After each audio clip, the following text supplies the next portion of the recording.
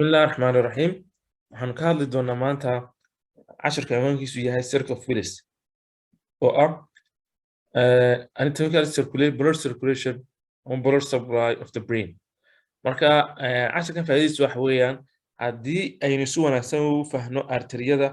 iyo branchkooda iyo meelaha ka yimaadaan waxaanu si wanaagsan u fahmi doonaa casharka xiga oo ah stroke. Marka aynu si wanaagsan u dhageysano. marka hore intaynaan circle fully bilaabin waxaanu ka hadlaynaa marka hore xagee ka yimaadaan arteriyada siblargaya maskaxda caadiyan saan naqaano aorta markuu soo baxo uu asadi aorta yahay aag buu sameeyaa intaanu aaga sameyn waxaa ka soo baxa saddex artery waxa ugu horeeya artery la yiraahdo brachiocephalic artery ama innominate artery waxaa ku xiga left common carotid artery waxaa ku sii xiga left subclavian artery saddexda artery labada dambe soo baxay ee leftiyada ah raadkooda waxay ka soo baxaan brachiocephaliga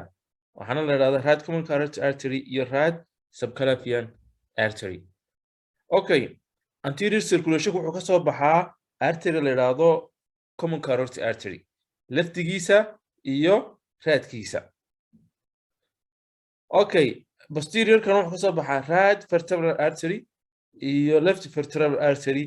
ayuu ka soo baxaa posteriorku waxaan ku horeyn doonaa markaa anteriorka saan hore soo sheegnay wuxuu ka soo baxayaa left internal common carotid artery iyo right common carotid artery.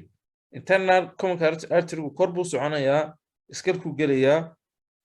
intaan iskalka gelin wuxuu kala baxayaa external iyo internal. Inaga waxaan ka hadlaynaa internalka marka uu galo wuxuu ka gelayaa maskaxda foramen of Lacerum wuxuu soconayaa anterior buu soconayaa wuxuu galayaa cavernous sinuska waxa weeyaan inta cavernous sinuska galo waxa ka soo baxaya arteriyo dhowr ah oo aan ahayn main arteries on storka aan ka muuqan waxa kamid ah choroidal artery waxa kamid ah ophthalmic artery waxa kaloo kamid ah posterior communicator artery waxa ka muuqda posterior circulation ka anterior circulation kula xiriiro waxa la yiraahdaa posterior communicator artery markaas uu ka soo baxay inta aanu kala qaybsamin middle iyo anterior aanu kala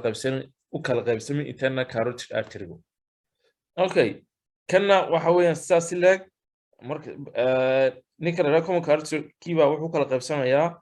left external iyo internal ka soconaya sidaas lamiga wuxuu kala qaybsanayaa middle iyo anterior waxa weeyaan inta aanu kala qaybsamin posterior communicator ma ka soo baxaya labada anterior ee left iyo right-ka communication bi sameeyaan communication ka waxa la yiraahdaa anterior communicating artery baa waxa weeyaan intaasi waa anterior circulation kii waxaanu eegaynaa posterior circulation ka wuxuu ka imanayaa subclavian artery-ga waxa weeyaan waa kan waxa ka soo baxaya left vertebral artery halkan waxa yaala right subclavian artery waxa ka soo baxaya right vertebral artery labadii kor buu soo soconayaan waxay soo marayaan transverse foramina ku yaala spinal cord-ka markay soo maraan lafaha spinal cord-ka waxay soo galayaan meesha loo yaqaano foramen magnum-ka waxay iska saas ugu soo galayaan labadoodu markaa way isku darsamayaan markay isku darsamaan maxaa soo baxa basilar artery uu kala qaybsamaa waxaa soo baxa posterior communicated artery wuxuu connection leeyahay internal carotid artery-ka kiyo isticmaalaya posterior communicated artery. Okay, marka waxa weeyaan wuxuu xagan ku soo horay arteriyada minka oo inuu labada vertebra isku darsamayaan oo noqonayaan basilar hadana kala qaybsamayaan ay doon noqonayaan posterior cerebral artery noqonayaan marka eego details aan eegno vertebral artery-gu waa kan mar kale uu isku darsamaya basilar noqonaya inta aanu basilar noqon waxa ka soo baxaya posterior inferior cerebral artery oo quudiya meesha loo yaqaano lateral medulla oo quudiya inferior cerebellar badanka maadaama lateral medulla quudiyo waxaan oranaynaa marka uu xirmo lateral medullary syndrome baynu oranaa ama Willenberg syndrome waa xididka loo soo gaabsado bika lateral medullary syndrome ama Willenberg syndrome. Okay, inta aan isku darsamin waxa ka soo baxaya anterior spinal artery posterior ku laftigiisu xagam ka soo baxaya laakiin sawirkan kuma cadda oo haddii xidhmo maxaa soo baxaya spinal stroke baa soo baxaya waxaa dhacaysa inay isku darsamaan deetana basilar artery soo baxo basilar artery waxa ka soo baxa artery kale la yidhahdo anterior inferior cerebral artery ama inka haddii xidhanto waxaa soo baxa lateral pontine syndrome inka waxay quudisaa lateral pontanka